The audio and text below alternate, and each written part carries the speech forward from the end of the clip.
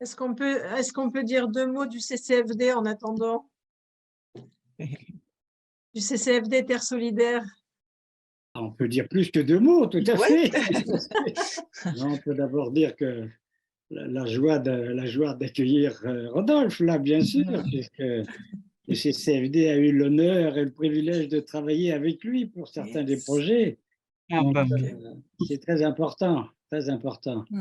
bah, Et moi, je dis toujours que ce sont des personnes dans ces associations, des personnes comme Rodolphe, qui m'aident à me lever chaque matin, parce que c'est elles qui me disent, mais la vie, ça se construit, on est dans la difficulté, on est dans le brouillard, on est parfois dans le malheur, mais j'ai toujours vu en 50 ans d'activisme, entre guillemets, dans les associations, le courage et l'inventivité, en particulier de ceux et celles j'insiste sur le sel aussi, beaucoup les femmes, qui sont dans les difficultés. Donc, la grande leçon du CCFD pour moi, c'est le partenariat, justement. C'est d'arriver à se découvrir et de prendre le temps, de prendre le rythme de l'autre, parce que c'est vrai qu'amis africains ou centrafricains, vous n'avez pas le même rythme que nous. La parole, il y a un autre rôle. Et donc, moi, j'ai découvert ça avec beaucoup de bonheur. Voilà, donc, non, le CCFD est heureux de faire partager le courage, l'amitié et la joie de ces hommes et de ces femmes et de ces groupes. Voilà. Alors, le Merci. CCFD en clair, quand même, pardon, excuse-moi. Vas-y, vas-y. En clair, c'est le Comité catholique contre la faim et pour le développement, Terre Solidaire. Tu n'as pas ton micro branché. Guy, oui. Voilà, Le Voilà, micro. c'est mieux. c'est lancé dans les années 1960. Après que, alors c'est le pape de l'Église catholique, Jean XXIII, qui va dire, mais il faut faire quelque chose, et quelque chose justement face à ces inégalités, ces injustices. Et il va inviter chaque église locale à créer alors un comité, une association, etc. Et nous, dès le départ, ça va être le CCFD, le Comité catholique d'abord contre la faim, et après on va s'apercevoir qu'il ne suffit pas d'être contre, il faut créer les conditions d'un vrai développement pour faire reculer la faim, d'où ces comités contre la faim et pour le développement. Et le Terre solidaire, moi je l'ai vécu donc au début des années 2000, et c'est intéressant aussi parce que ça marque une étape nouvelle, à mon avis, dans l'histoire de l'humanité, c'est tout ce qu'on met sous le mot mondialisation. Et la mondialisation n'est pas uniquement une catastrophe ou simplement l'exploitation de certains pays par d'autres ou de groupes par d'autres, mais c'est justement plus que jamais le rendez-vous de la solidarité. Donc pour nous, Terre solidaire, c'est très important parce que c'est tout un rendez-vous avec cette mondialisation qui ne supprime pas les originalités, mais qui va exiger qu'on apprenne à travailler vraiment ensemble. Et Rodolphe vous en dira plus, et que l'amitié, la paix, malgré les conditions épouvantables, peuvent l'emporter sur la violence, la mort. Et ça, je pense que c'est partagé dans beaucoup de cultures. Ce n'est pas uniquement une question religieuse de tel ou tel groupe religieux, mais cette capacité de vaincre les mécanismes d'injustice, et cette capacité aujourd'hui, elle est forcément solidaire, parce que tout seul, il est évident que la Centrafrique toute seule ne peut pas le faire, mais c'est vrai pour la France. C'est la même chose exactement, on le voit bien avec la guerre en Ukraine. On va se chauffer moins parce qu'à 3000 km de chez moi, il y a une guerre. Donc cette solidarité, elle est dans l'épreuve, mais elle est aussi dans la construction. Donc vraiment, l'étape d'aujourd'hui du CCFD, c'est de mettre le mot solidarité sous le mot ou comme esprit, comme souffle de la mondialisation. Et ça, je crois que c'est très important. Alors, il ne s'agit pas de créer des gros machins, de faire des gros trucs forcément, mais il faut ensemble porter toutes ces petites flammes d'espérance qui sont magnifiques. Et je sais aussi, pour avoir eu un ami très engagé au CCFD, que le CCFD soutient en priorité les projets locaux portés par des personnes du pays, quelle que soit finalement la taille du projet, le petit projet comme le grand. Ah oui, tout à fait. Et c'est plus qu'en priorité, c'est par principe. Le CCFD n'a pas de spécialiste.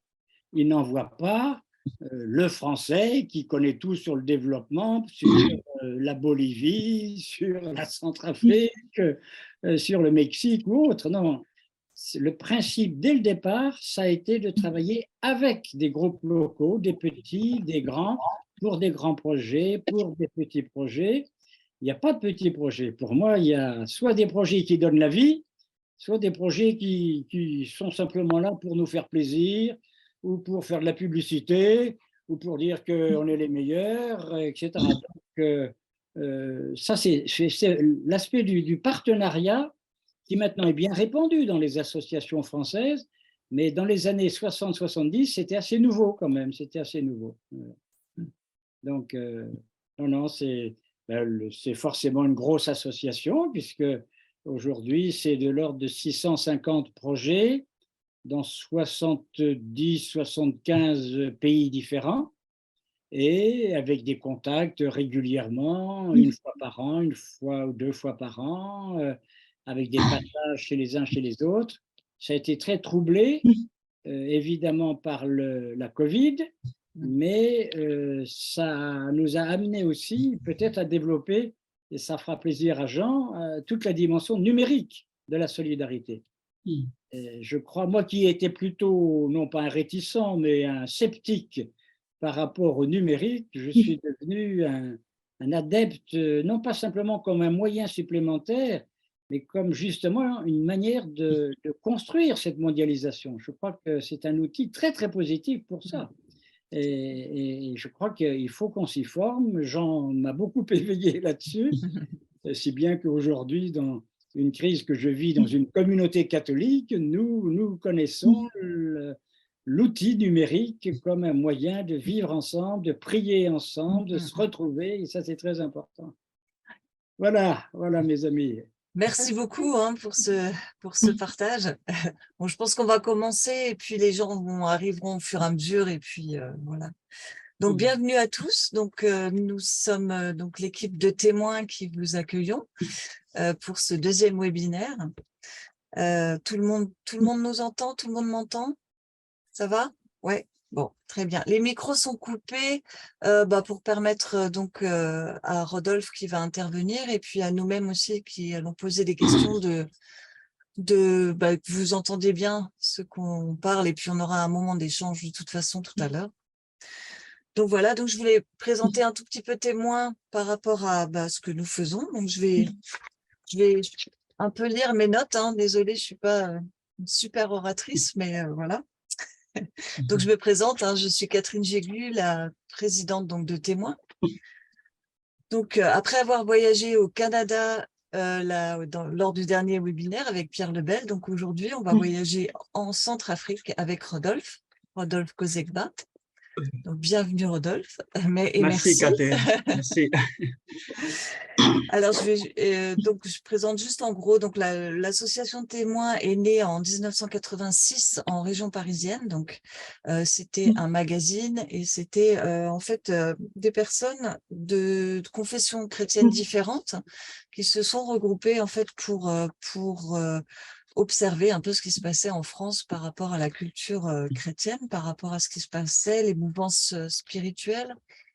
Et donc, pour être toujours au maximum au courant de ce qui se passe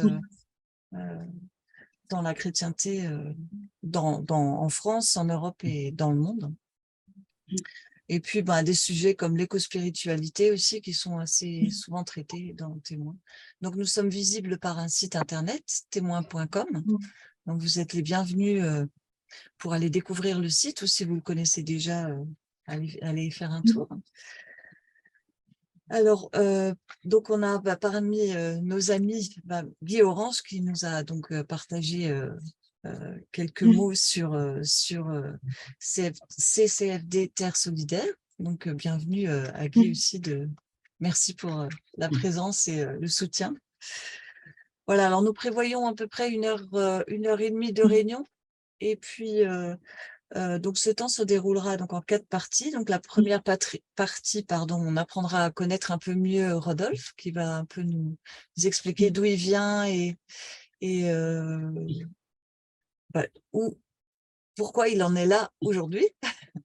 Donc ça va être fait sous forme d'interview. Nous serons une interview à 3 voix, enfin 4 voix avec Rodolphe. Donc la première partie, donc ce sera la présentation de Rodolphe. La deuxième, ce sera donc avec Diane qui parlera plus du projet associatif A9. Donc Rodolphe nous présentera un peu plus en détail tout à l'heure. Et la troisième partie sera animée par Alain qui va donc parler plus généralement des perspectives africaines, internationales et spirituelles par rapport au travail de Rodolphe. Et puis, nous conclurons par un temps de réponse aux questions, s'il y a des questions posées. Et puis, en fin de réunion, on ouvrira les micros, surtout si on est peu, comme ça, on pourra échanger directement et ça sera sympathique également. Alors, voilà, juste, donc les micros sont fermés. Si vous avez des questions, n'hésitez pas pendant tout le long du webinaire. En fait, vous voyez en bas, vous avez le bouton discussion. Vous cliquez dessus et là, vous pouvez poser vos questions. Et puis moi, je les répertorierai avant la fin. Et puis au moment des questions, je les reposerai. Ou vous les poserez vous-même si on n'est pas beaucoup. Donc voilà, on peut commencer. Rodolphe, tu es prêt? Oui, Oui. je suis prêt, Catherine. Ok. Donc Rodolphe, déjà nous sommes super heureux de t'avoir avec nous et que tu as bien voulu participer à ce webinaire et nous présenter tout ton travail. Et pour commencer, on voudrait juste savoir d'où tu viens et quelles sont tes origines. Bonjour Catherine, bonjour tout le monde. J'espère que tout le monde me suit très bien. Je tenais à vous remercier tous pour avoir répondu présent à l'invitation à ce webinaire. Avant, Catherine, de répondre à ta question ou à tes questions, je voudrais dire quelques mots sur le thème que vous avez choisi au niveau des témoins pour cette soirée, Terre et paix. Voilà un sujet qui m'a profondément interpellé. Pourquoi? Parce que la terre, comme vous le savez, est souvent associée à la guerre. Elle est souvent associée à des conflits, à la guerre, à la séparation. Et depuis la nuit des temps, que ce soit dans les textes sacrés ou les textes profanes, on parle de cela, de conflits à cause de la terre. Même en Afrique, les gens se sont toujours battus pour un champ, pour une portion de terre, ou parce que le voisin a débordé sur le terrain d'un autre, et cela pouvait même mener jusqu'à un conflit tribal. Alors, aujourd'hui, voir ensemble les mots terre et paix me comble de joie, car oui, la terre peut apporter la paix. Nous devons nous rappeler que tout vient de la terre. La terre est notre mère nourricière. Sans elle, pas de nourriture, pas de vie. C'est donc en partant de ce constat essentiel que l'association A9 a lancé sa première action autour du projet intitulé « Nourris ta vie en 90 jours ». Oui, la terre peut apporter la paix. D'un point de vue socio-anthropologique, si nous prenons soin de la terre, elle va nous procurer la paix intérieure. L'équipe de l'association A9 l'a constaté sur place, sur le terrain. Les bénéficiaires des kits d'outils et de semences se sont mis au travail pour cultiver leur terre. Ils étaient heureux et fiers. La tristesse a été remplacée par la joie. D'un point de vue politique, on peut même affirmer que la terre apporte la paix. chaque peuple, comme vous le savez, a une terre et est appelé à en prendre soin. On parle aujourd'hui de développement local. La terre bien soignée se transforme et va apporter la paix. Et du point de vue théologique, la terre est une bénédiction pour l'humanité. Elle est un don divin. C'est Dieu qui nous l'a donnée pour que nous puissions en prendre soin, la protéger et lui permettre de nous donner ce dont nous avons besoin.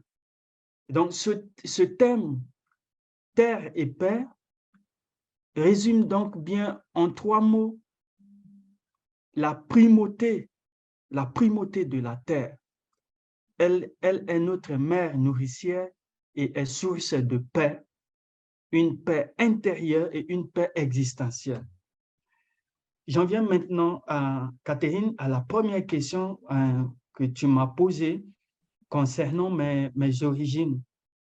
Je m'appelle Rodolphe Gozegba de Bombembe. Gozegba de Bombembe est mon nom. Je viens de la République centrafricaine, un pays enclavé au centre de l'Afrique. Mes parents ont eu 6 enfants, 3 filles et 3 garçons. Je suis le 4e enfant et l'aîné des garçons. Mon pays compte à peu près 80% de chrétiens, 10% de musulmans, les derniers 10%, d'après les sociologues centrafricains, concernent les religions animistes. Donc, ils souffrent actuellement de nombreux maux, mais je vous en parlerai un peu plus loin. Donc, voilà, en un mot, la réponse que je peux donner à cette première question, Catherine. Oui, très bien, merci.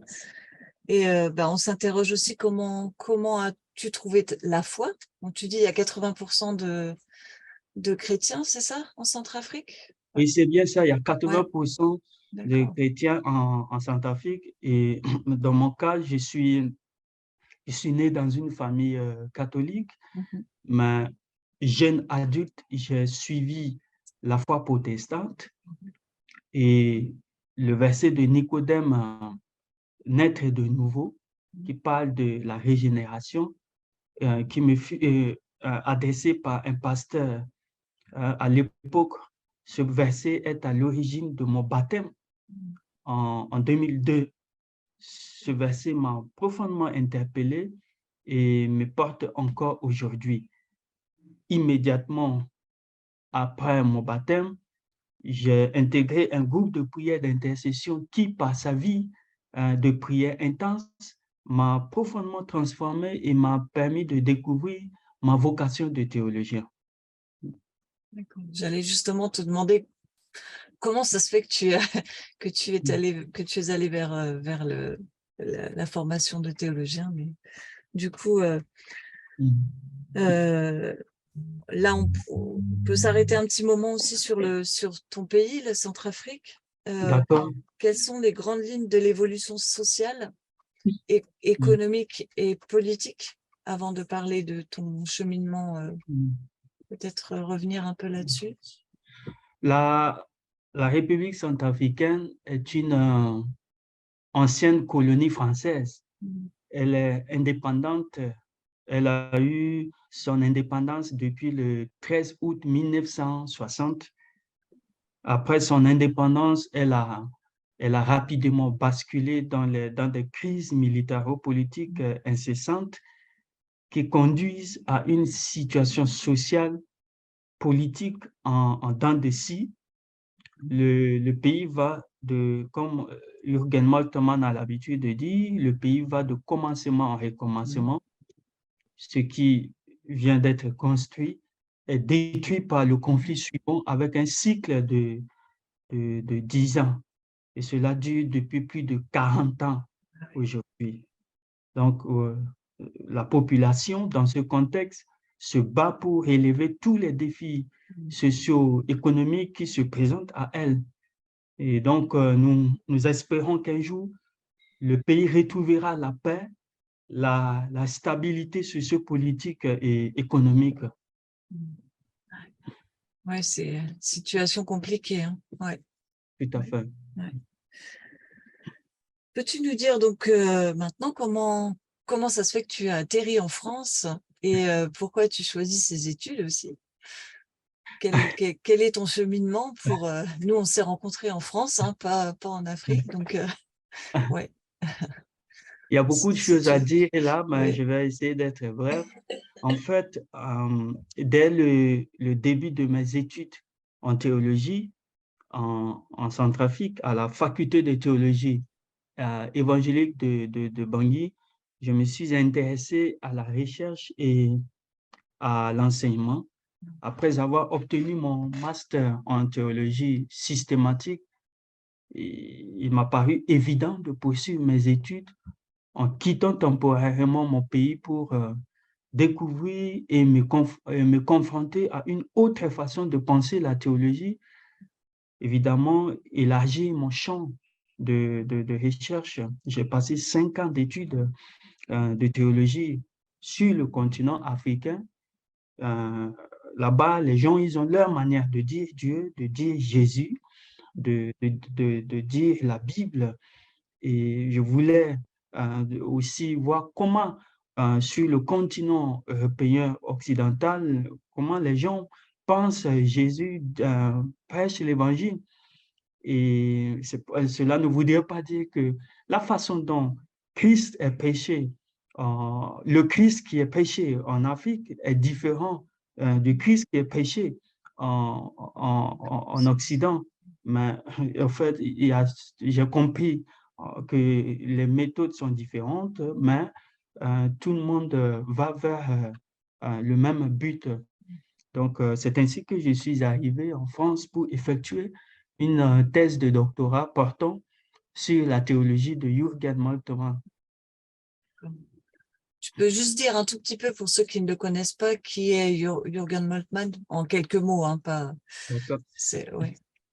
Jürgen Moltmann, c'est un théologien protestant d'origine allemande qui a connu beaucoup de situations difficiles dans sa vie. Il a connu la Seconde Guerre mondiale. Il était jeune à l'âge de 18 ans.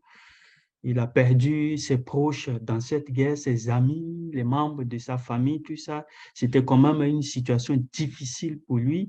Il va être enrôlé dans le système politique de l'époque pour être combattant de guerre. Et puis après, il va être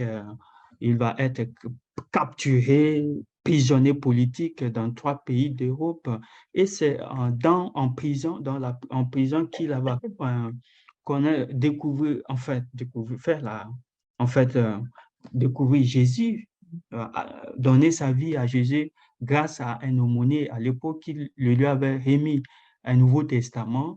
Il va tomber sur le verset où Jésus dit, mon Dieu, pourquoi m'as-tu abandonné? Il va tout de suite faire référence à sa situation. Si Dieu existe vraiment, pourquoi ces situations difficiles? Pourquoi cette guerre? Donc, cette question va donc l'amener à étudier la théologie. Et puis maintenant, il va poser toute une question existentielle autour de son tout premier livre, pas tout premier livre, mais son livre qui a marqué le monde théologique un peu partout dans le monde. Je veux parler de la théologie d'espérance. Et quand moi je suis tombé sur ce livre, je vois une certaine correspondance à la situation que moi j'ai connue personnellement en République centrafricaine. C'est donc cela qui m'a amené à écrire une thèse de doctorat sur sa théologie. D'accord. Ben, merci pour tous cette présentation, ton témoignage. Je vais passer la main à Diane qui va continuer à te poser des questions pour nous éclairer sur tout ce que tu fais. Merci. D'accord, merci Catherine. Donc, tu nous as parlé de l'association A9 que vous avez créée. À peu près à quel moment vous l'avez créée? Nous l'avons créée il y a 5 ans maintenant. Déjà. Il y a 5 ans, mais il a eu son homologation il y a 2 ans. Et pour quelle raison vous l'avez appelé à neuf?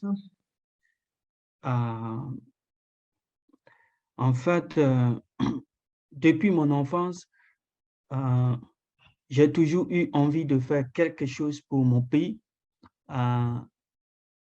d'apporter ma contribution en tant que centrafricain. Je dois dire que je fais partie de cette génération qui connaît les conflits incessants et même la guerre depuis la naissance.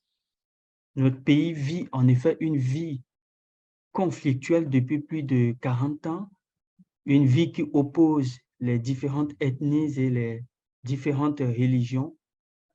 La Centrafrique a perdu sa cohésion sociale en même temps que son économie. Elle est actuellement considérée comme le pays le plus pauvre du monde. Elle vit sur un vive permanent, épuisant, et ne souhaite qu'une chose, retrouver une paix qui dure. Et lorsque j'ai pu quitter un temps mon pays pour mes études, j'ai bien vu qu'il était possible de vivre dans la paix. Mon espoir de pouvoir faire quelque chose pour mon pays s'est donc renforcé et j'ai commencé à monter le projet de l'association A9 avec des amis français qui partagent mes convictions ainsi qu'avec des amis centrafricains également, occupés par la situation du pays. Je dois même ajouter pour répondre en toute clarté à ta question, car la création officielle de l'association A9 en février 2021, nous ne bénéficions d'aucun soutien financier de la part d'un organisme ou administration centrafricaine. Notre initiative était purement privée et le reste jusqu'à ce jour, mais nous essayons effectivement de nous introduire auprès des autorités étatiques locales et nationales afin de nous faire connaître et de pouvoir travailler avec elles pour un résultat encore plus efficient. Très bien. Alors donc, quels sont les grands axes de votre action, mais pas en détail, parce que s'il y en a 9, ça peut faire un peu long. Tout à fait, tout à fait. En fait, nos réflexions sont parties de ce que nous voyons en RCA, un peuple en désarroi qui doit affronter simultanément la lutte pour se nourrir, la lutte pour échapper aux conflits incessants, créant un fort climat d'insécurité, la lutte pour contrer les discriminations ayant envahi leur quotidien, et aussi un peuple qui vit dans l'ignorance des problèmes climatiques qui mobilisent pourtant le monde entier. Donc, l'association A9 a donc dégagé 9 actions, comme tu l'as dit tout à l'heure, qui lui permettront à plus ou moins long terme d'apporter sa pierre à l'édifice national. Et ces 9 actions sont à vocation éco-environnementale, c'est-à-dire qu'elles ont pour but de protéger la population civile et de veiller à sa survie tout en l'initiant au respect de son environnement naturel et en la rendant attentive aux problèmes engendrés par le réchauffement climatique. Bon, c'est un vaste projet qui englobe beaucoup d'aspects très importants aujourd'hui, effectivement. Donc, tu disais que tu avais démarré ce projet avec des amis. Ils ont un profil particulier ou c'est vraiment en fonction de l'amitié que vous avez démarré ensemble? Non, ils n'ont pas de profil particulier. Tous, avec moi, nous voulons faire quelque chose pour un pays en conflit, un pays dans la grande souffrance. Et donc, c'est une action de fraternité, de solidarité. Guy l'a dit tout à l'heure, dans le cadre de CCFD Terre solidaire. Donc, voilà, Diane. Donc, si je comprends bien, vous êtes réunis par la motivation et par un feu intérieur pour aider votre pays. Tout à fait. Avec ceux en France qui partagent cet idéal. Tout à fait. Donc, alors, tu as commencé tes actions par le développement d'une agriculture urbaine. Donc, c'est la première réalisation dont tu vas nous parler. Il s'agissait de relancer la culture des jardins potagers à Bangui sur les carrés entourant les maisons. Donc, ces carrés ne sont pas très grands.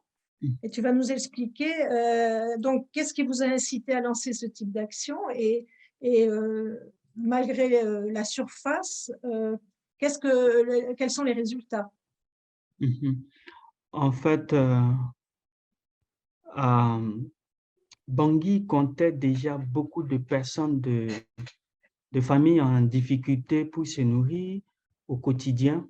La rupture de l'approvisionnement a renforcé leur misère et a même commencé à toucher les personnes plus aisées par le manque rapide des produits de première nécessité et l'envol des prix de ce qui restait. Donc, lorsque j'étais en poste en Alsace, j'avais pu constater combien les gens étaient fiers de leur jardin et heureux de me partager certains légumes qu'ils avaient semés de leurs propres mains. Et pourquoi ne pas exporter cette passion dans mon pays? Et nous sommes allés dans les quartiers les plus pauvres de Bangui, ceux d'ailleurs où on ne peut même plus parler de pauvreté, mais de misère. Nous avons fait du porte-à-porte pour expliquer notre projet. L'accueil a été chaleureux.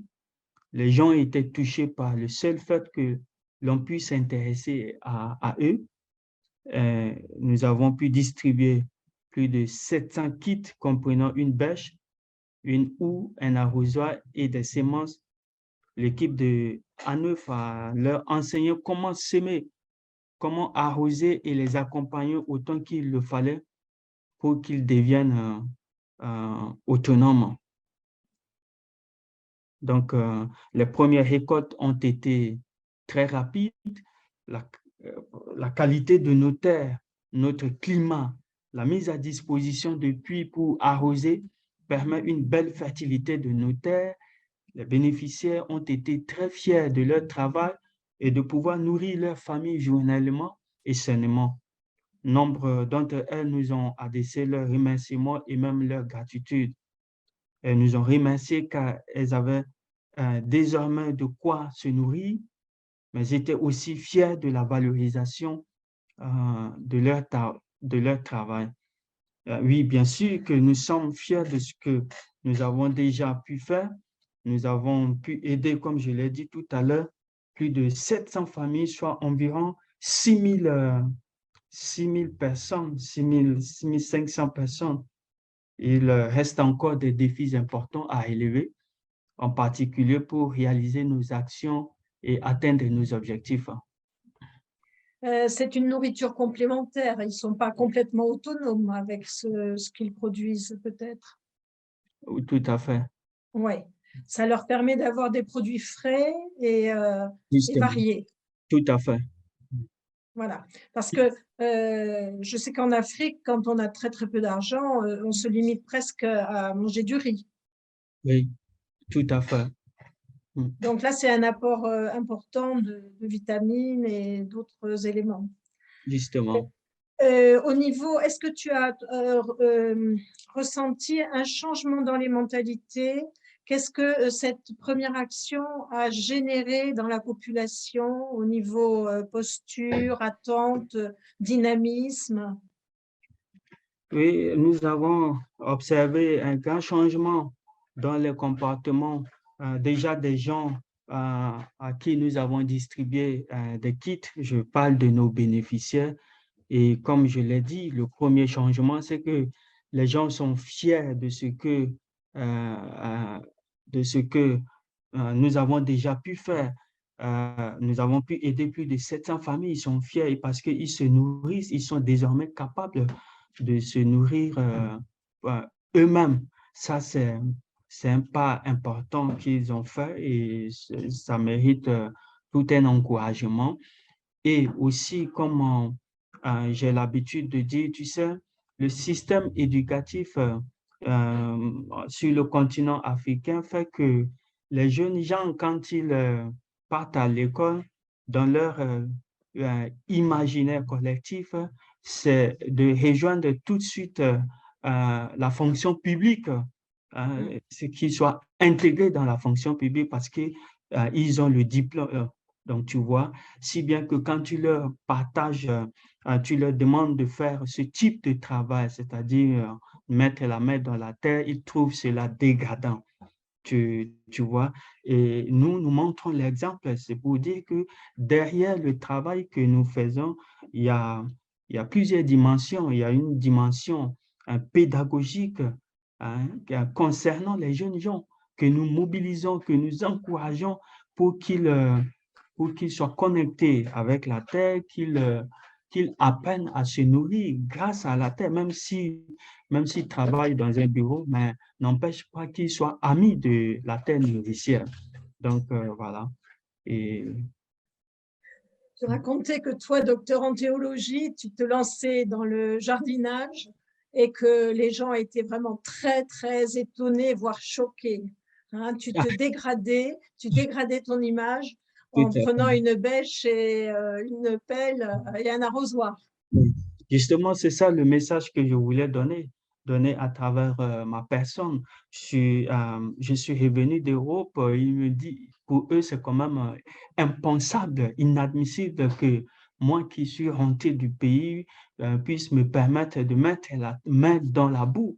Donc, ils n'imaginaient pas cela. Ils espéraient me voir dans un poste au bureau.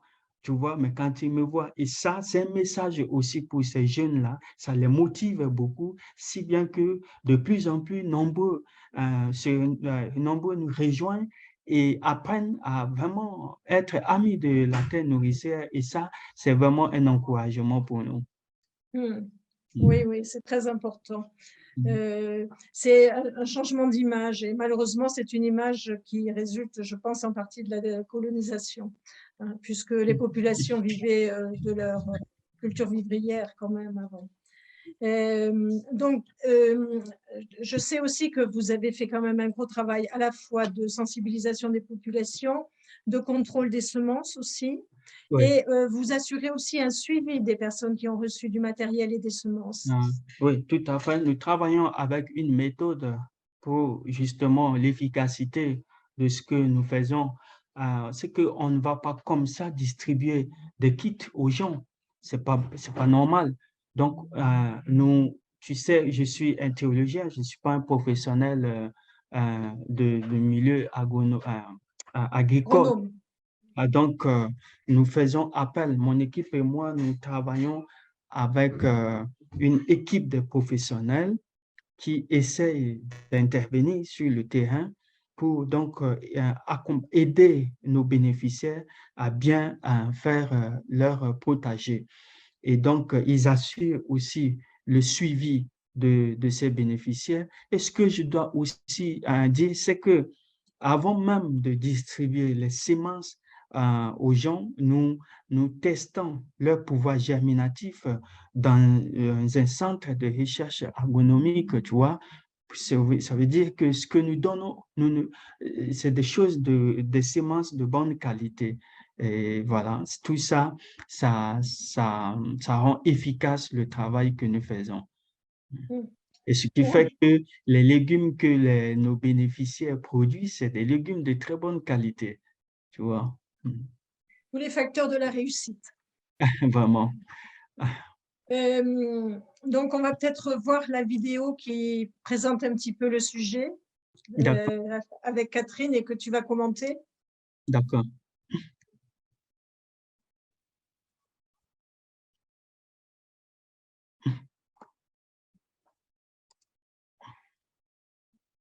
Alors, malheureusement, on n'a pas le son, donc c'est Rodolphe qui nous donne le son. Donc, comme je l'ai dit tout à l'heure, nous travaillons avec une méthode. Nous avons toute une équipe qui intervient tout le temps sur le terrain, non seulement pour assurer le suivi et garantir l'efficacité du travail, mais aussi apprendre aux gens qui ne savent pas très bien faire leur potager. Donc, ils les aident à très bien le faire. Et donc, vous voyez, les gens qui portent le gilet jaune là, avec le nom de A9 derrière, c'est des gens qui travaillent avec nous sur le terrain. Et ce que vous voyez, c'est des kits. Donc, parmi les kits que nous distribuons, il y a des houes, des arrosoirs, des bêches, des semences, je l'ai dit tout à l'heure, et bien d'autres choses, des râteaux aussi. Tout ça, c'est tout un équipement qui permet justement à une famille, à un bénéficiaire, de se mettre rapidement en contact de la terre. Et tout se passe très, très, très bien. Donc, vous voyez sur vos écrans actuellement les arrosoirs que nous avons étalés. Et là, je suis en train de présenter, de passer un message pour appeler les femmes et les hommes de bonne foi afin qu'ils viennent nous aider, nous appuyer financièrement dans le travail que nous faisons, puisque tout à l'heure, je vais le dire, nous avons, rien qu'au niveau de Bangui, et les deux communes qui l'entourent, nous avons compté plus de 180 000 foyers. C'est beaucoup. C'est beaucoup. Et aujourd'hui, nous avons pu aider que 700. C'est vrai que ce résultat nous réjouit, nous fait plaisir, mais nous avons encore un chemin important devant nous à effectuer. Voilà pourquoi nous appelons tout le temps les femmes et les hommes de bonne foi afin qu'ils viennent nous appuyer dans ce que nous faisons. Et voilà, la dame que vous voyez sur vos écrans, elle est en train de nous montrer, elle est fière de nous montrer son potager. Et ce qui est aussi intéressant, c'est que aujourd'hui, ils vendent une partie de leur potager. Hein. Grâce à leur potager, ils sont capables de se nourrir, ils vendent le reste et puis ça leur fait un peu de revenus. Ils partagent aussi. Vous voyez, quand on en a beaucoup, le principe de l'abondance, quand on en a beaucoup, on partage aux autres. Et donc, ceux qui sont capables de produire en quantité, ils partagent quelques légumes à leurs membres de famille, à leurs voisins, etc. Et ça, c'est très bien. Donc, on s'est dit qu'au niveau de l'association A9, si jamais un tout Bangui arrive à rentrer dans la dynamique que nous avons lancée, je pense que ça sera le début de la sécurité alimentaire dans le pays. Je voudrais te poser deux questions parce que je ne connaissais pas cette vidéo. L'eau, enfin bon, ça, on en a déjà parlé, l'eau n'est pas un problème. Hein.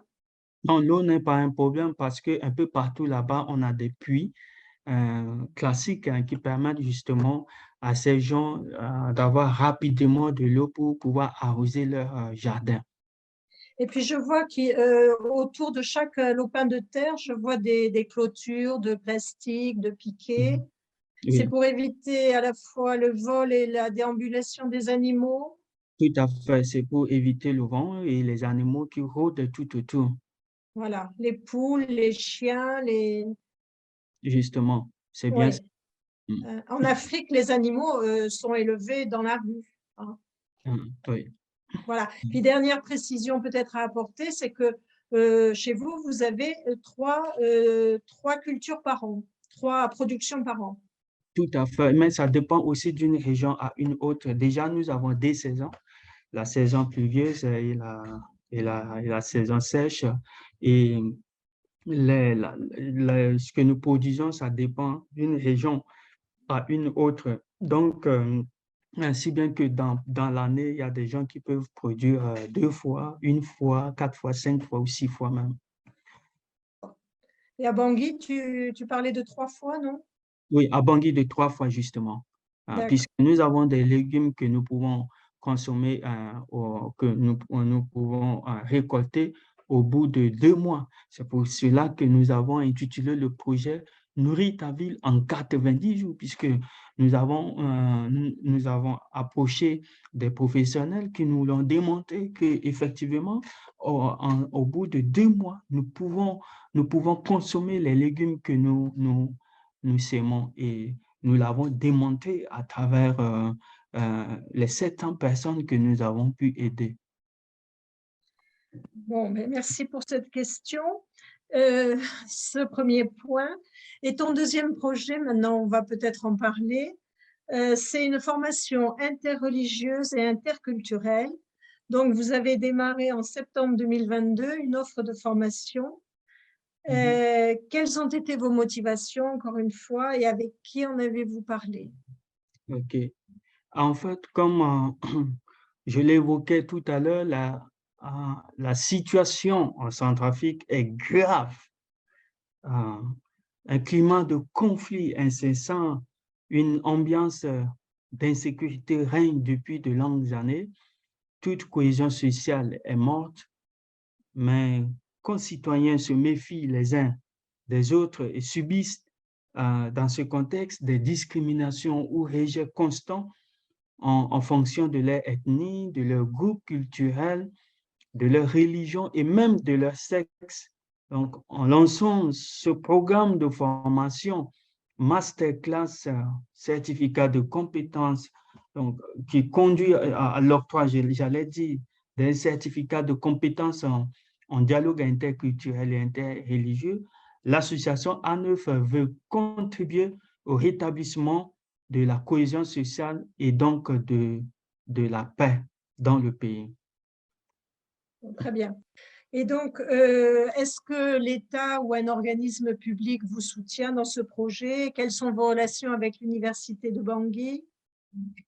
En fait, avant de répondre à cette question, ce que je dois dire que ce projet a immédiatement, ce programme de formation a suscité un vif intérêt. Monsieur le médiateur de la République l'a exprimé en parrainant son lancement en juin 2022. Monsieur le recteur de l'Université de Bangui l'a montré aussi en acceptant de co-valider le diplôme délivré à l'issue de la formation et en mettant l'un de ses amphithéâtres à disposition de A9 pour l'enseignement. De nombreux enseignants et personnalités concernées par la question de l'interculturalité et de l'interreligieux se sont rapidement manifestés pour nous exprimer leur approbation et parfois proposer de mettre leurs compétences à notre service. L'accueil a été enthousiaste. Malheureusement, cela ne suffit pas pour faire vivre un projet. Vous le savez, comme moi, je l'ai dit tout à l'heure, le projet le meilleur au monde ne peut fructifier sans argent. À la question, quelles ont été... je crois que tu vas tout à l'heure me poser des questions concernant les difficultés que nous avons sur le terrain. Mais avant d'arriver à cela, je dois dire que par rapport à ta question, comment fonctionne le partenariat avec l'Université de Bangui, que consciente de l'importance de cette formation pour l'avenir de notre pays, l'Université de Bangui nous a rapidement donné son soutien par la mise à disposition, je l'ai dit tout à l'heure, de locaux pour l'enseignement, la co-validation du diplôme, un accompagnement et un suivi dans le contenu de la formation. Et pour nous, c'est un encouragement puisque nous venons, il n'y a pas longtemps que nous avons lancé ce programme de formation, et alors qu'il y a des gens, beaucoup d'écoles qui sont là-bas, qui existent depuis des années, mais que leurs diplômes ne sont pas reconnus.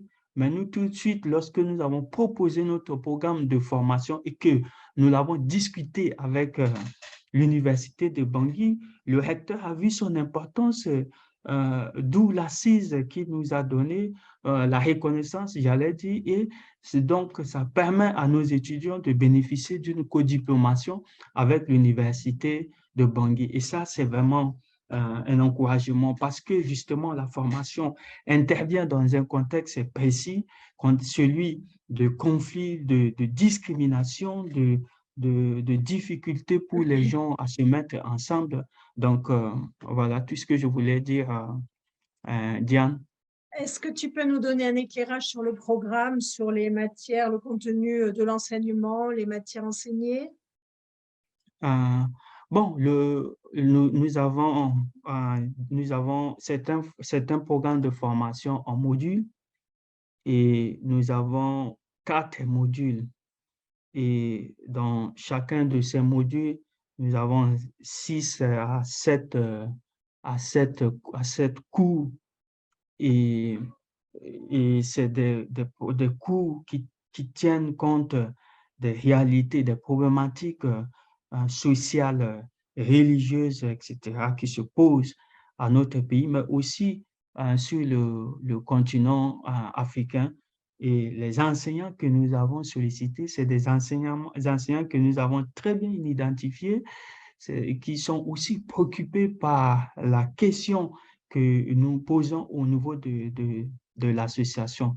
Et le groupe de nos étudiants est hétérogène parce que nous avons parmi nous des musulmans, des chrétiens, des prêtres, des pasteurs, des gens qui ont même le niveau doctorat, des fonctionnaires de l'État, des étudiants, des jeunes, des adultes. Donc, c'est mélangé, mais nous les accueillons tous niveau baccalauréat. Et aujourd'hui, ils forment une très belle équipe avec la formation qu'ils ont déjà suivie. Ils ne tiennent pas compte de leur obédience confessionnelle, ethnique, etc. Ils se voient, ils se voient, ils essaient de travailler ensemble pour donc constituer une seule équipe parce qu'ils savent qu'ils appartiennent à une seule nation et qu'il n'y a plus raison pour nous de nous diviser. Alors, j'imagine que les gens qui suivent cette formation sont déjà sensibilisés à ces problématiques de dialogue interreligieux, interculturel, interethnique, etc. Est-ce que vous avez pour objectif de les outiller en matière de dialogue et d'écoute ou est-ce que c'est plus une formation sur la situation sociologique, ethnologique du pays? Oui, la formation, elle a plusieurs dimensions. Dimension théologique, anthropologique, sociologique, etc. Le programme prend, je dirais, en compte presque de plusieurs disciplines enseignées à l'université et il essaie justement de tenir compte, comme je l'ai dit tout à l'heure, des problématiques sociales et religieuses qui se posent à nous. Je veux parler du phénomène culturel, phénomène religieux, tu vois. Et je donne un exemple, je pense qu'en Europe, en France, vous l'avez déjà dépassé. Aujourd'hui, sur le continent, notamment dans mon pays, il y a il y a des églises qui se battent encore pour des raisons doctrinales, qui se permettent de dire que mon église est la vraie église, l'église qui pratique la vérité, tout ça, l'église, alors que l'église d'en face n'est pas bonne, elle est sectaire, etc. Donc, tu vois, ce type de débat, pour moi, est inutile parce que ça n'aboutit à rien. Ce qui est important, c'est le développement. En quoi, qu'est-ce que notre foi chrétienne, qu'est-ce que notre foi musulmane, etc., qu'est-ce qu'elle peut faire pour donc le développement du pays, puisque en fait, nous sommes une société pauvre, nous sommes, selon la dernière statistique, nous sommes le dernier au monde, et je pense que il est temps pour nous de dépasser ces débats confessionnels ethniques et d'essayer de mener un débat de fait, celui qui peut nous aider à sortir de notre situation de pauvreté, etc. En fait, par la culture, vous proposez de dépasser toutes les formes d'intégrisme.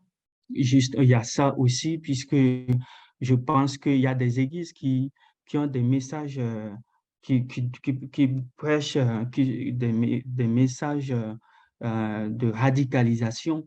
Et donc, il faut aussi lutter contre cela, quoi, tu vois.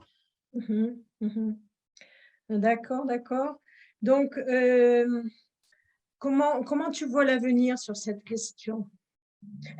Il m'est venu une autre question pendant que tu parlais. Est-ce que vous avez prévu de mettre les différents cours sur site ou en accès libre sur Internet, par exemple, Oui, pour toucher plus de monde? oui, nous l'avons prévu et grâce à Catherine, nous sommes en train de mettre en ligne, c'est déjà mis en ligne, le site Internet et au fur et à mesure que nous évoluons, nous essayerons de mettre sur Internet nos cours, nos vidéos, etc. Comme tu le sais, nous ne sommes qu'au début, mais il y aura des choses que nous mettrons en ligne. Et justement, pour répondre à ta question, comment est-ce que je vois, merci Catherine, est en train de nous faire visualiser, présenter le site. Nous avons mis beaucoup de choses là-bas. Vous pouvez aller par curiosité lire ce que nous avons laissé. Mais donc, je reviens à ta question concernant l'avenir sur ce que nous faisons dans le cadre de ce programme. En fait, notre objectif, j'ai essayé de le dire tout à l'heure, est la formation. La formation. Nous voulons former d'artisans de paix, des personnes qui soient capables à leur tour de prôner un message de paix dans leur localité, dans leur environnement, pour que petit à petit, l'entièreté du pays soit happée par la volonté de retrouver l'harmonie sociale entre toutes les communautés et toutes les religions, dans l'acceptation et le respect des différences des unes et des autres. Les différences confessionnelles, ethniques, convictionnelles, politiques, sociales, etc., doivent devenir une richesse pour notre pays et l'aider à surmonter tous les défis qui se présentent encore à lui. Et ça, c'est un défi que nous avons en face et nous espérons dans les mois, les semaines, mois, années à venir, faire face à ce défi. J'ai une dernière question et puis je passe la main, mais on a commencé un peu tard. J'imagine que vous touchez surtout la population de Bangui. D'accord. Est-ce que vous imaginez d'autres actions qui pourraient aller un peu plus rayonner dans le pays? Par exemple, tu peux donner un exemple? Bon, là, ce sont des cours qui sont à Bangui pour des gens qui sont déjà instruits. D'accord. Dans les villages, s'il y a des animosités, oui, oui. c'est à travers les pasteurs, les prêtres, les personnes d'autorité que tu peux essayer de toucher? Oui. Comme je l'ai dit tout à l'heure, nous formons des artisans de paix. Oui, Les justement. gens que nous formons viennent de toutes parts, de toutes les provinces, de la RCA, de tous les villages, etc. Et nous ne sommes qu'au début. Et ces gens, nous voulons que, après leur formation, dans leur localité, qu'ils soient porteurs de messages, d'un message de paix, de cohésion sociale. Et je pense que c'est comme ça que nous pourrons progressivement atteindre tout le pays pour que le message de cohésion sociale et de paix circule un peu partout. Merci beaucoup. J'ai terminé. Merci. Merci Diane, merci pour ta question. Alain, faut que tu mettes le son. Voilà. Bonsoir à tous, oui. Je crois que c'est à mon tour de dialoguer avec Rodolphe. Peut-être avant de démarrer, avant de commencer les questions, Rodolphe, j'aimerais vraiment te dire combien on peut être impressionné par ta capacité à mobiliser autant de ressources, autant d'énergie, autant de collaborateurs. Parce que, comme tu l'as dit et montré, ton action, aussi bien auprès des habitants pour la récolte des jardins, qu'au niveau de la formation universitaire, évidemment, autour de toi, il y a une équipe des hommes, des femmes qui adhèrent à ta proposition, qui la font leur et qui, avec toi, partagent cette vision d'aide, d'entraide, et puis aussi de paix. Hein. Et la deuxième chose qui m'a beaucoup touché, c'est quand tu as parlé de l'évolution des mentalités. Vraiment. Quand tu as dit, mais ce que je voudrais, c'est que ces hommes et ces femmes deviennent des amis de la Terre. J'ai trouvé l'expression très belle. Merci. Tu as démarré ton propos en faisant tout un très beau, une très belle interprétation du mot terre, hein, de terre et paix. C'est très, très beau ce que ça dit là. Et là, tu nous dis, je veux que les habitants de Bangui deviennent des amis de la terre. Merci. Très évocateur comme expression. Merci Alain. Alors, au niveau des questions, nous étions à Bangui, nous étions en Centrafrique, mais tu sais mieux que nous que la Centrafrique n'est pas une exception en Afrique sur le plan de la pauvreté, hein, des besoins même alimentaires. Alors, est-ce que si on élargit notre champ d'observation, en quoi ces besoins identifiés en Centrafrique rejoignent-ils d'autres besoins, ou des besoins similaires, mais dans d'autres pays de l'Afrique subsaharienne? Est-ce que tu retrouves dans ces pays autres des analogies qui pourraient faire supposer qu'une action associative pourrait là aussi intervenir et porter des fruits? D'accord. Merci Alain, merci pour tes encouragements, c'est très gentil.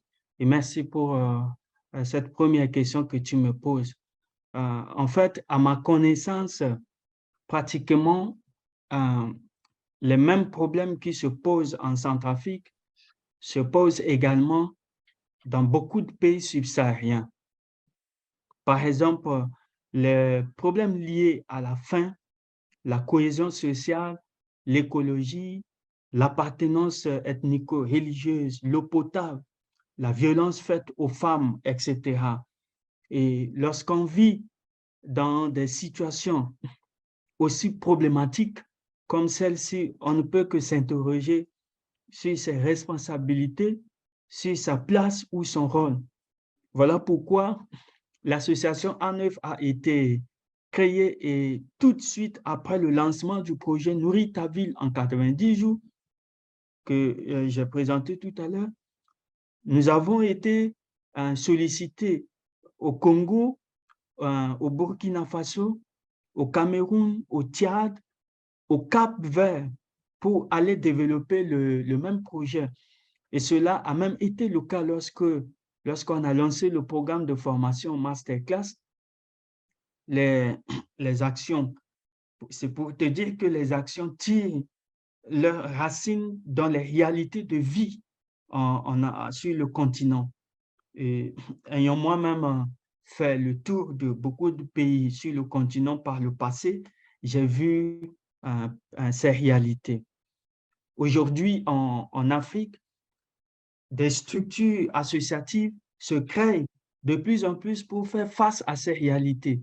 Ces associations, compte tenu de leur contact direct avec les populations, elles jouent, je dirais, un rôle de premier plan dans le développement efficace des communautés locales, bien qu'elles ne soient pas des décideurs directs de développement économique.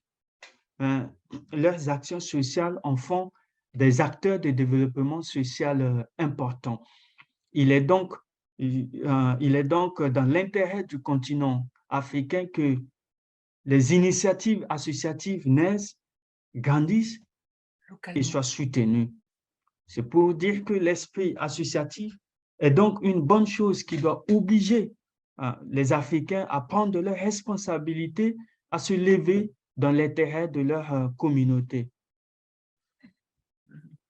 Ce que je trouve, bonjour. Écoute, moi, je suis très impressionnée par tout ce que tu nous racontes de l'action que tu as réussi à animer, à initier et à animer. Et c'est vrai que ça nous donne aussi une réflexion, ça nous amène à nous réfléchir à comment est-ce qu'on peut être solidaires les uns des autres. Et ce que je trouve très fort, c'est justement cette initiative, elle part de l'Afrique. Vraiment.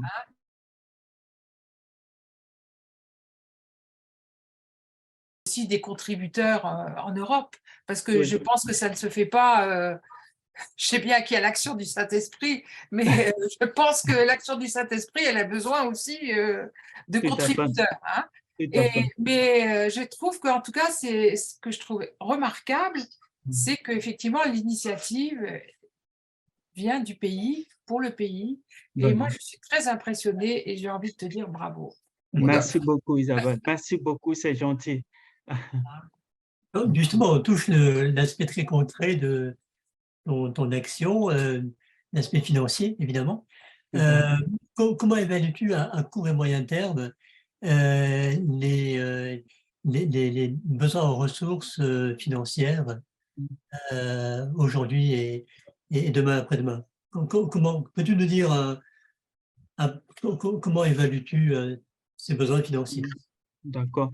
Avant de répondre à cette question, je dois souligner, Alain, que la Centrafrique est encore dans une situation post-conflit. L'État n'a pas assez de moyens pour soutenir les actions associatives, voire les ONG. Et depuis la création de A9, nous fonctionnons grâce à nos propres fonds et aux dons provenant de la France. Nous souhaitons davantage être soutenus pour pouvoir travailler efficacement. Et à court terme, nous aurions besoin d'un soutien financier à hauteur de 70 000 € pour soutenir le projet Nourrir ta ville en 90 jours. La formation masterclass, certificat de compétences en dialogue interreligieux et interculturel et le colloque international qui aura lieu les 17 et 18 mars 2023. Vous êtes invité, tu es invité, Alain. Donc, cette année, nous n'avons pas distribué des kits faute de moyens. Nous espérons mobiliser assez de ressources pour répondre les distributions dès l'année prochaine. À moyen terme, nous envisageons distribuer des kits à Bangui, la capitale et ses environs. Aujourd'hui, nous comptons, comme je l'ai dit tout à l'heure, 180 000 foyers et le prix d'un kit est de 30 €. Nous comptons donc mobiliser 180 000 kits pour justement potager tout Bangui et ses environs. Au niveau de la formation, il y a aussi des besoins financiers au niveau de la formation. Ou est-ce que les enseignants sont bénévoles Oui, au niveau de la formation, il y a un besoin financier important. Déjà, je dois dire que nous tournons grâce aux frais d'inscription de nos étudiants. Et grâce à ces frais, nous arrivons à assurer les honoraires de nos enseignants. Nous assurons aussi les 30% que l'Université de Bangui nous demande, puisque l'université met à notre disposition des salles de cours, dispose un groupe, une équipe d'experts pour évaluer le contenu de ce programme de formation pour que les enseignants n'enseignent pas n'importe quoi. Et il y a aussi bien d'autres dépenses et nous avons le local que nous louons. Mais donc, tu vois qu'avec tout ça, les frais d'inscription ne suffisent pas. Donc, nous peinons, nous battons et c'est pour cela que tout au long de cette présentation, j'essaie de nous informer sur cette situation parce que l'appui financier, nous en avons besoin pour vraiment avancer efficacement sur le terrain. Au-delà de la France, comment pourrait-on imaginer un soutien plus international? Est-ce qu'il y a une façon d'imaginer des biais, des relations? Est-ce que tu as supposé que l'aide puisse venir d'autres pays, du Canada, d'Amérique, d'autres pays d'Europe? Oui, dans un souci d'assurer et garantir l'avenir de l'association, nous sommes en train de mettre en place un pôle de soutien basé en France qui va impliquer Catherine, Diane, Marie-Rose, Marie-Reine et bien d'autres personnes dans l'objectif de développer une solidarité internationale autour de nos actions. C'est vrai que depuis le début, les aides que nous recevons, ça vient de la France, mais nous voulons ou nous souhaitons à ce que les femmes et les hommes de bonne foi qui vivent au Canada, comme tu l'as dit bien tout à l'heure, dans d'autres pays d'Europe, puissent donc nous écouter et qu'ils nous viennent en aide. Nous en avons besoin. Car et toute personne souhaitant intégrer ou devenir membre de ce pôle de soutien que nous sommes en train de créer peut s'adresser à Catherine qui dirige, qui a créé le site et qui dirige actuellement ce webinaire. Pour revenir à Bangui, est-ce qu'on peut imaginer également que les organismes d'État puissent également être davantage présents dans le soutien de ton organisation? Oui, lorsque nous voulons vraiment, en fait, quand on a créé l'association à la base, nous comptons sur les aides locales. Mmh. Nous comptons sur nos députés, nos maires, nos responsables politiques. Mais comme je l'ai dit tout à l'heure, c'est un pays qui est encore dans une situation post-conflit, donc il n'a pas assez de moyens pour soutenir. C'est là où le bas blesse. Mais nous voulons, dès que nous mettons en place le pôle de soutien par Europe, nous allons aussi essayer de créer un autre pôle en Centrafrique qui va impliquer certaines personnes de bonne foi pour qu'ils vraiment nous soutiennent dans ce que nous faisons. Rodolphe, je vais changer de sujet, te poser une dernière question qui aborde la dimension spirituelle. D'accord. Tu en as un petit peu parlé tout à l'heure au début et tu nous as bien dit que tu avais soutenu une thèse il y a 2 ans à propos de l'œuvre de Jürgen Moltmann. La question, c'est en quoi ce travail de théologie inspire ton action dans ton association? Merci Alain, merci pour cette question. C'est la question que tout le monde me pose, hein, même à Bangui, en Centrafrique, parce que ces gens savent que j'ai étudié la théologie et que pour eux, logiquement, ma place se trouve soit dans une église, soit dans une faculté de théologie en train d'enseigner. Mais je dois dire, en tant que théologien, ayant travaillé sur la théologie de Jürgen Moltmann qui place l'humain au centre de toute préoccupation, j'estime que la foi chrétienne est avec elle. Les théologiens doivent s'intéresser à ce qui se passe autour d'elle. La théologie, à mon avis, doit se tourner vers le monde. Elle a même un rôle essentiel à jouer dans l'espace public. Évidemment, elle ne doit pas se contenter de s'adresser à l'intellect des humains, d'enseigner entre 4 murs. Elle doit sortir de ces murs, observer ce qui se passe à l'extérieur et agir pour aider à changer ce qui ne va pas. La théologie, pour moi, est faite pour le monde. Or, le monde, on le sait, le monde va mal. La théologie peut et doit être une force de proposition pour le monde. L'histoire a montré qu'elle a déjà souvent participé à l'évolution des mentalités, qu'elle est à l'origine de nombreuses améliorations sociétales. Les théologiens vivent dans une société, tu es d'accord Alain, ils ne vivent pas hors du monde, ils ne sont pas des supraterrestres. Ce qui se fait dans cette société engage donc aussi le théologien qui doit être attentif à ce qui l'entoure. La théologie, pour moi, ne doit pas être naïve et faire comme si ce qui se passait dans la société ne la concernait pas.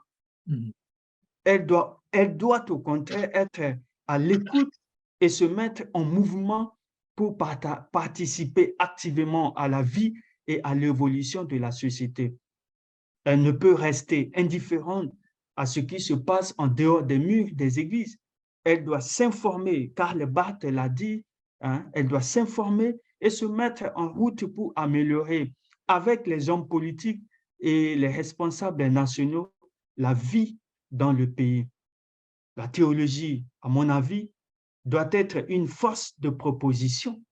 Je pense par exemple au cadre de la médiation nationale où, dans mon pays, où elle peut être l'instigatrice de la réconciliation, d'un pardon national. Je pense aussi au temps que nous connaissons actuellement de crise économique, crise politique, crise alimentaire, ce qui se passe en Ukraine. La théologie ne peut rester les bras croisés devant les souffrances de la population. Elle a son mot à dire. Et dans le cadre de la République centrafricaine, je pense que la théologie a son mot à dire. Elle doit travailler en synergie avec les dirigeants politiques, non pas pour se substituer à eux, mais pour les accompagner, les guider, leur souffler des solutions, des propositions. Moltmann dit, je le cite, si la théologie se limite uniquement à l'Église, elle devient alors une mentalité chrétienne de groupe. Autrement dit, la théologie, se contentant de satisfaire à sa dimension spirituelle, est une théologie en prison, enfermée, sans perspective et improductive. Et donc, ce que je veux dire, c'est que l'être humain, l'humain, a un esprit qu'il faut nourrir. Il a aussi un corps qui a besoin de manger, un corps qui a faim, qui vit dans la misère sans perspective d'avenir, ne peut apprécier à sa juste valeur le message de Dieu. C'est mon point de vue. Jésus lui-même, quand il prêchait, ne se contentait pas de nourrir les gens seulement spirituellement. Il s'intéressait à leur corps, les guérissait, leur donnait à manger ou les guidait vers une amélioration matérielle de leur vie. Et c'est ce que j'essaie de faire en tant que théologien dans le cadre de l'association A9. Et je pense que notre théologie doit faire de même aujourd'hui un peu partout dans le monde. Ce n'est pas que c'est uniquement un travail, ça ne doit pas être uniquement un travail de bureau, de 4 murs d'une classe de cours. Cela voudrait dire que le discours qui dit que l'Église et les chrétiens ne doivent pas faire de politique doit être repensé. Les chiffres nous rappellent, dans mon cas en République centrafricaine, que près de 82% de la population centrafricaine est chrétienne. Et dans un pays vivant une grave crise économique, comment est-il possible de leur demander de ne pas faire de politique? Nous savons que les hommes politiques ont encore une image négative dans notre pays. Pourtant, la politique est faite pour le pays, pour la nation. C'est elle qui permet l'organisation de notre société par tous les actes de notre vie. Quelle que soit l'importance que nous leur accordons, nous faisons tous de la politique par l'inscription de mon enfant dans telle ou telle école. Je fais là un acte politique marquant même implicitement mon adhésion au système éducatif proposé par les hommes, les responsables politiques. Donc, nous devons tous être aux côtés, en tant que théologiens, de nos hommes politiques. Si nous les voyons dépassés par l'ampleur ou la complexité de leurs tâches, il peut être utile de les approcher pour leur soumettre des propositions. Et je sais que l'Église catholique le fait très bien depuis la nuit des temps en faisant des déclarations, des prophétiques, tout ça. Donc, bref, je pense qu'avant d'être chrétien ou théologien, nous sommes tous des citoyens. Nous vivons tous dans une société dans une nation et nous dépendons d'elle. Personne ne peut donc agir comme s'il vivait en dehors de ce monde. Il doit au contraire être conscient de ce qui se passe et s'investir autant qu'il le peut en tant que citoyen, chrétien, théologien, pour améliorer la situation de son pays. Donc, si le chrétien, à mon avis, se tait, si le théologien reste muet en disant que les affaires de la société ne me concernent pas, pour moi, il est en partie responsable de ce qui se passe.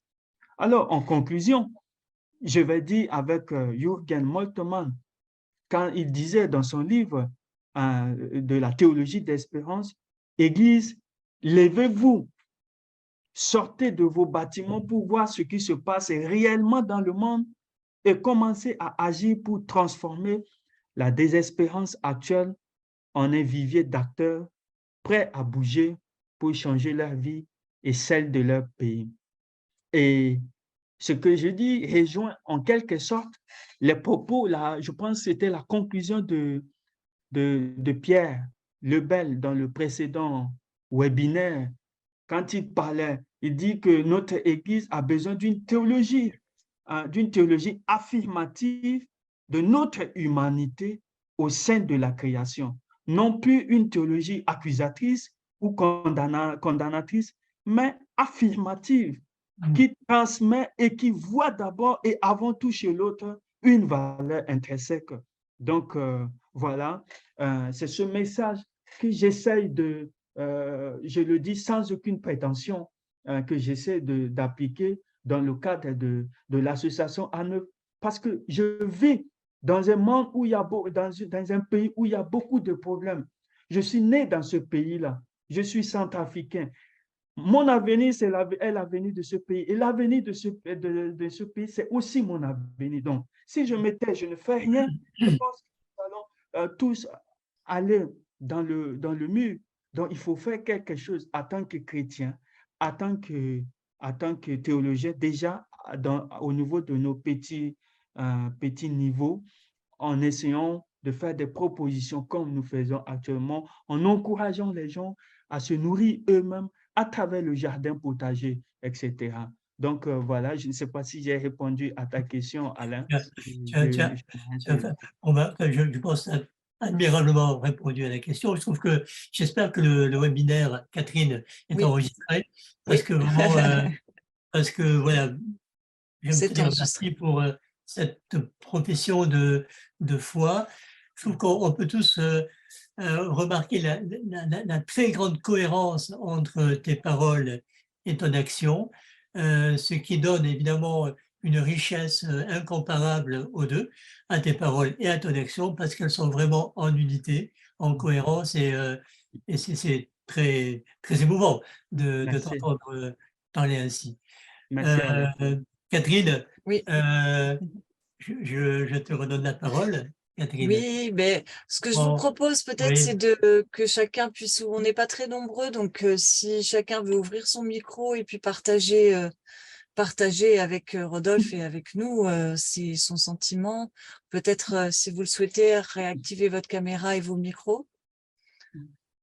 Ou si vous ne souhaitez pas, c'est pas un problème. Bon, je rebondis, enfin, pas tout à fait. Tout ce que tu dis là est très beau, mais tu peux l'élargir effectivement aux chrétiens en général et pas seulement aux théologiens. Bien sûr. Hein? C'est ce que tu as fait plus ou moins, mais tout chrétien ou tout homme de foi et de bonne volonté. Voilà. Et alors, il y a une question tout à l'heure que je ne t'ai pas posée, c'est pourquoi es-tu reparti si vite dans ton pays après ton doctorat? Là, je te donne une autre occasion. Bon, je suis rentré si vite dans mon pays après mon doctorat parce que, comme je l'ai dit tout à l'heure, il fallait faire quelque chose pour mon pays. J'avais tout à ma disposition en France. Je pouvais me dire, bon, qu'est-ce que je vais faire là-bas en Santa Fe, puisque j'avais un travail, un très bon travail. J'avais des moyens à ma disposition. Je vivais très bien. Mais je me sentais appelé. Je peux dire que c'était un appel. Et tout ce que je fais aujourd'hui, que ce soit dans le cadre de la formation interreligieuse ou dans le cadre du projet Nourrir ta vie et dans bien d'autres cadres, puisque nous avons nos actions, confirme aujourd'hui ce pourquoi j'ai choisi de rentrer dans mon pays.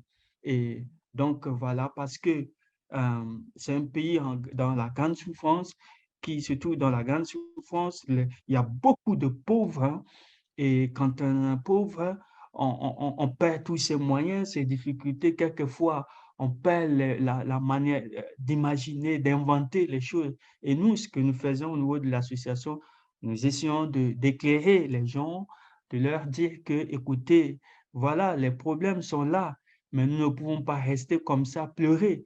Mais nous pouvons faire quelque chose et nous avons la force, nous pouvons faire quelque chose. Et c'est ce type de message que nous donnons. Et ce que je voudrais dire, j'en profite, je voulais le dire tout à l'heure, mais je n'ai pas dit, c'est que nous ne faisons pas de l'assistanat. Nous n'assistons pas des gens, des gens qui sont dans des cas sociaux. Nous essayons de leur faire des propositions, quitte à eux, hein, de prendre eux-mêmes leurs responsabilités pour donc sortir de leur situation difficile. Donc, tu m'avais dit, il y a bien des années, il y a quelque chose qui me pousse intérieurement, auquel je ne peux pas résister. Hein. Ah, tu as regardé le message, hein? Oui, oui, parce que ça me parle bien. Merci. C'est bien ça, Diane. Merci. N'hésitez pas si vous avez des questions, hein, tout le monde, vous pouvez mettre vos micros et puis partager vos sentiments, vos questions. Simplement pour rebondir à la dernière partie des propos de Rodolphe sur le rôle du théologien, rencontres-tu à Bangui ou en Centrafrique d'autres personnes enseignantes, ou théologiens, ou pasteurs, prêtres, qui partagent comme toi cette même vision? Oui, justement, il y a beaucoup de gens qui partagent la même vision que moi, mais qui, depuis, n'ont pas eu l'occasion d'agir comme je le fais, j'agis aujourd'hui. Et si bien que de plus en plus, de nombreux théologiens qui sont formés sur le sol centrafricain nous rejoignent pour qu'ensemble nous puissions travailler. Et ça, c'est très beau pour nous.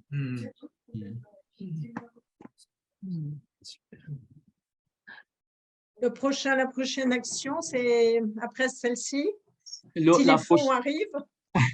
La prochaine action, bon, il faut que pour le moment, nous essayons d'évoluer efficacement sur les 2 actions que nous avons lancées.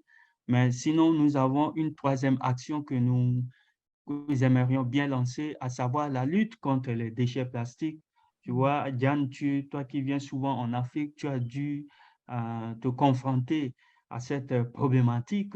Tu vois des déchets plastiques un peu partout, mais cela crée des problèmes environnementaux. Cela aussi met en danger notre santé.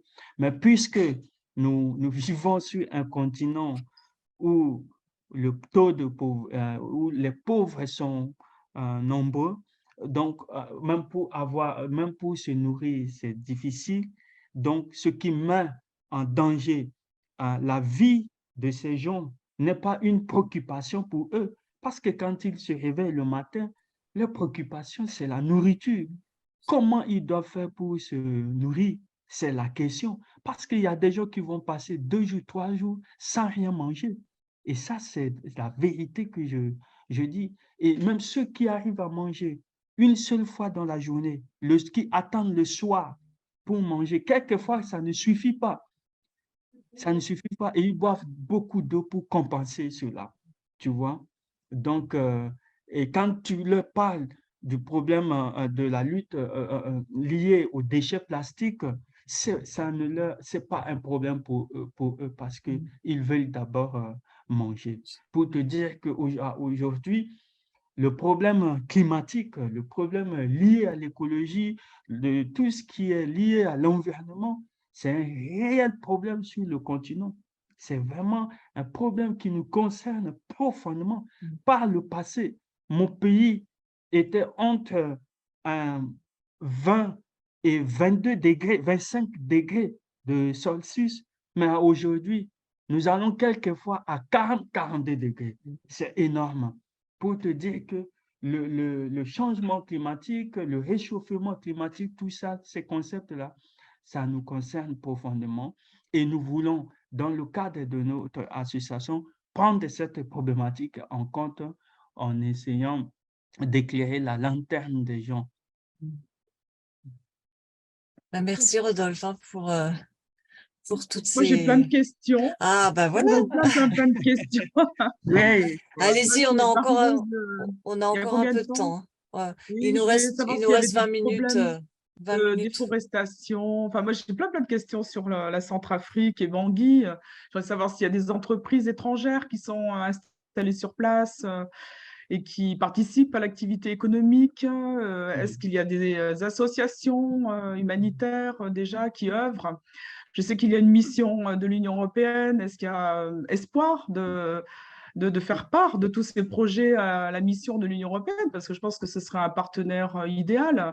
Enfin, je travaille au Conseil de l'Europe, donc le Conseil de l'Europe travaille justement sur tous les domaines qui intéressent Rodolphe et A9. Donc, je voulais savoir tout ça, en fait. S'il y a des problèmes de déforestation, enfin voilà. Effectivement, il y a un problème de déforestation. Et pour répondre à la question que tu m'as posée tout à l'heure, c'est que par le passé, après l'indépendance, c'était un temps de développement, ce qui fait qu'il y a eu beaucoup d'entreprises, entreprises nationales, internationales, entreprises para-étatiques et étatiques. Mais avec tout ce que nous avons connu comme guerre, je l'ai dit tout à l'heure, ces entreprises sont tombées en faillite. Beaucoup de ces entreprises sont tombées en faillite et aujourd'hui, il n'y en a pas beaucoup, mais il y a quand même des institutions, des ONG humanitaires. Il y a beaucoup d'ONG humanitaires qui interviennent là-bas, spécialement pour venir en aide aux gens en situation difficile, pour appuyer l'État au plan structurel et développement structurel. Et je veux parler de l'Union européenne que tu as mentionné tout à l'heure. L'Union européenne, avec l'expertise France et l'Agence du développement français, essaye donc d'aider l'État centrafricain dans ses efforts pour justement faire face à toutes les questions qui se posent aux populations. Et aujourd'hui, je pense que l'Union européenne et l'AFD, ils ont créé une sorte de banque de développement local qu'ils appellent Fonds Beku. Tu es certainement au courant de J'ai cela. entendu parler.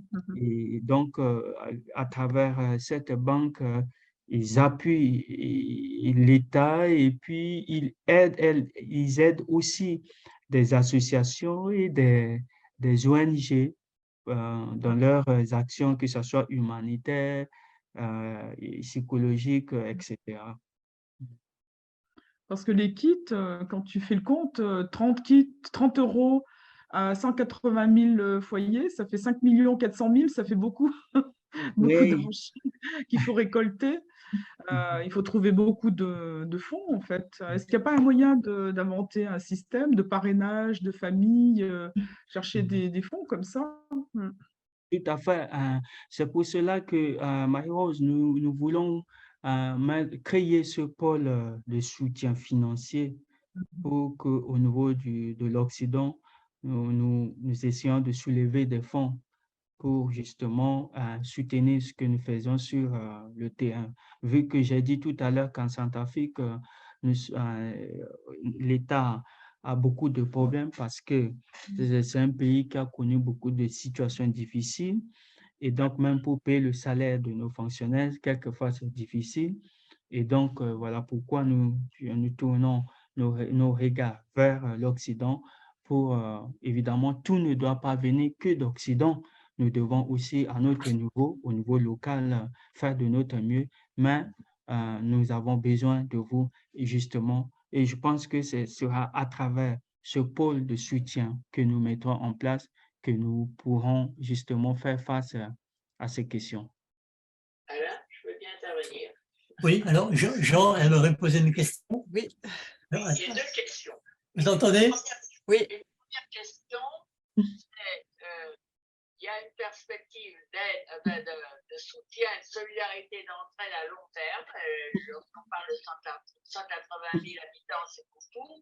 Et il y a d'une part, et d'autre part, il y a une perspective à court terme, c'est-à-dire enchaîner en quelque sorte déjà ce que tu fais. Et là, au fond, dans l'immédiat, dans les quelques mois qui viennent, quelles sont en quelque sorte les priorités au niveau de tes besoins financiers? Comment tu évalues les besoins financiers dans une période relativement courte pour permettre aux premières actions actuellement de continuer à se poursuivre, mais sans, voilà, ça c'est une première question. Il y a une deuxième question qui est autre, tout à fait autre, c'est que tu as bien situé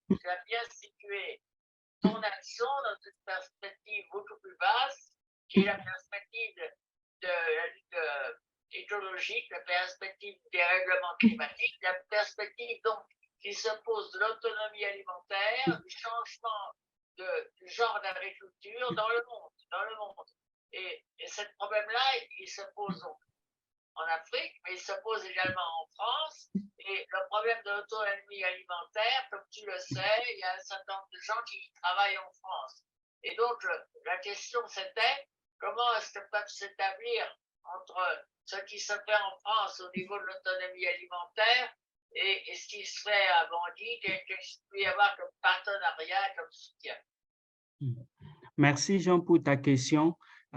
Tout à l'heure, j'ai dit qu'à court terme, nous aurions besoin d'un soutien financier à hauteur de 70 000 € pour soutenir le projet Nourrir ta ville en 90 jours et la formation masterclass, certificat de compétences en dialogue interreligieux, interculturel et le colloque international qui aura lieu les 17 et 18 2003. Cette année, nous n'avons rien fait parce que nous n'avons pas eu de soutien.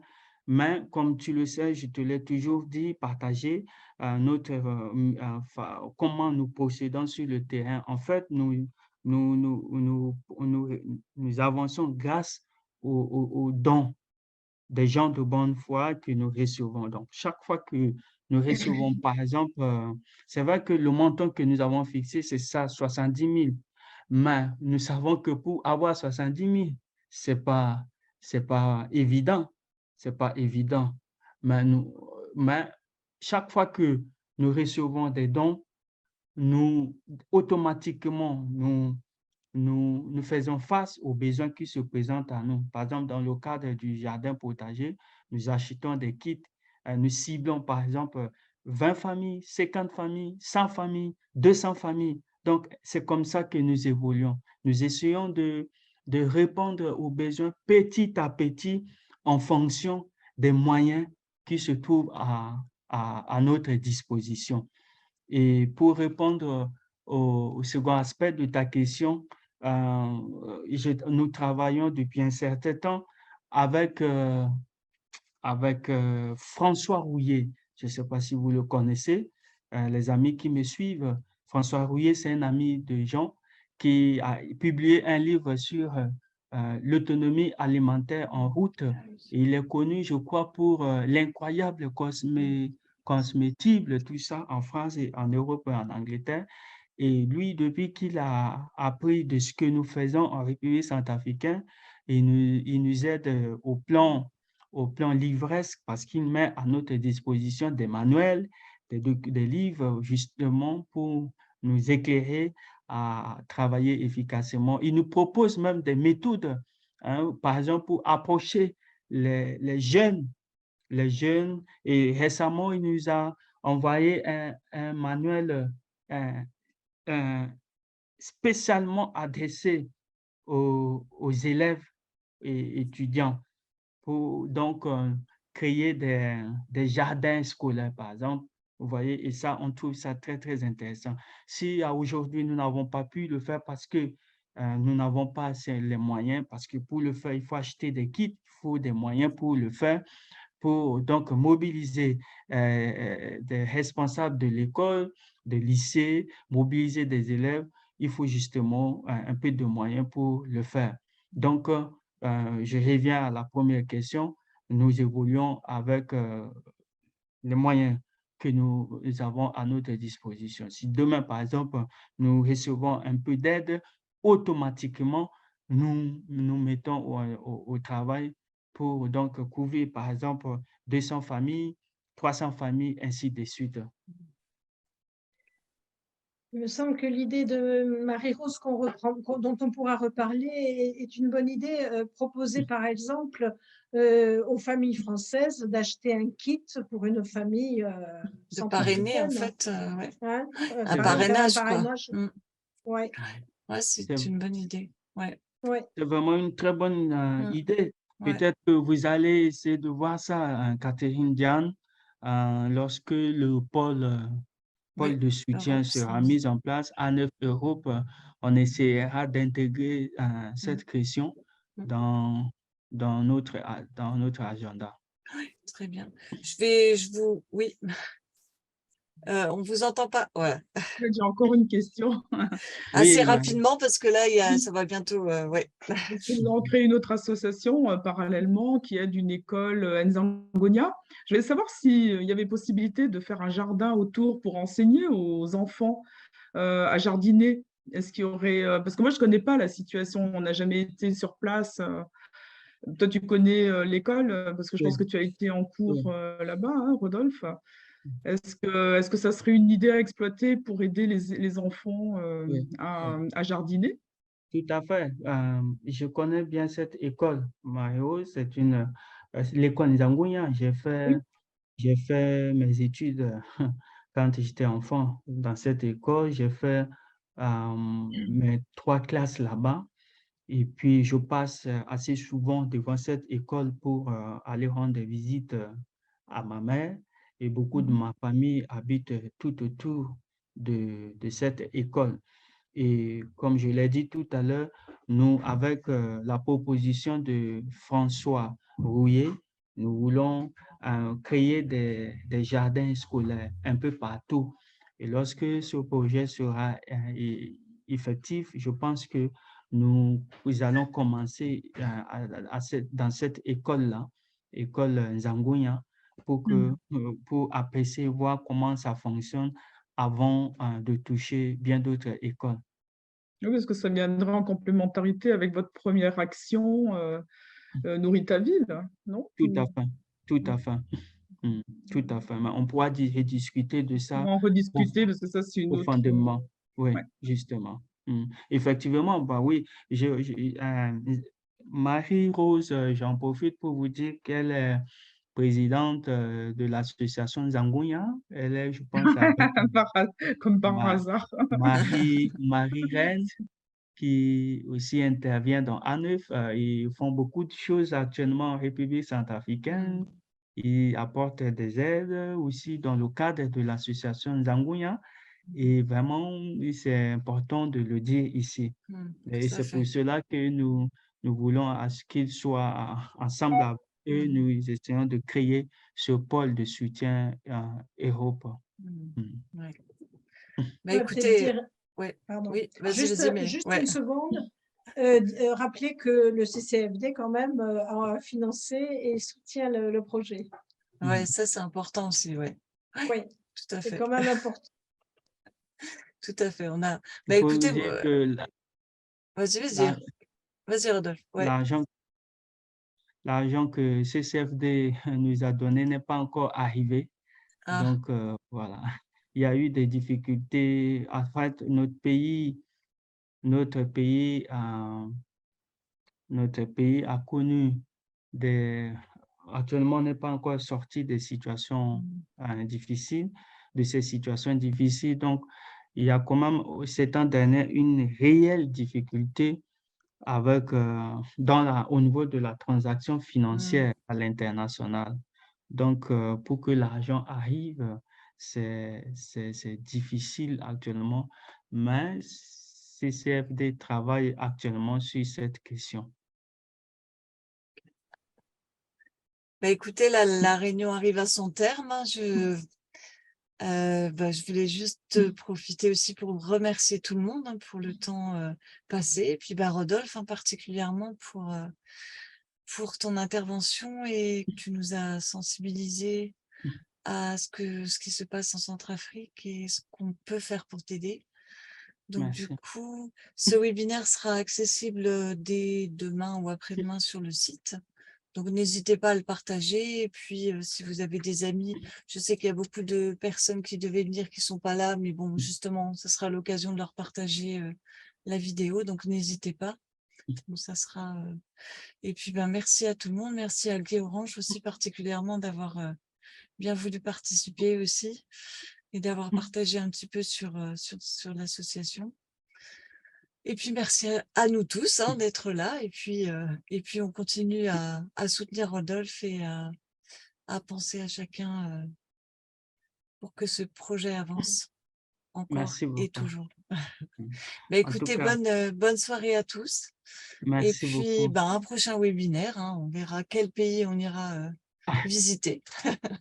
Et bravo à Rodolphe quand même pour tout ce Ouais, qu'il c'est porte. clair, c'est clair. Merci beaucoup. C'est clair.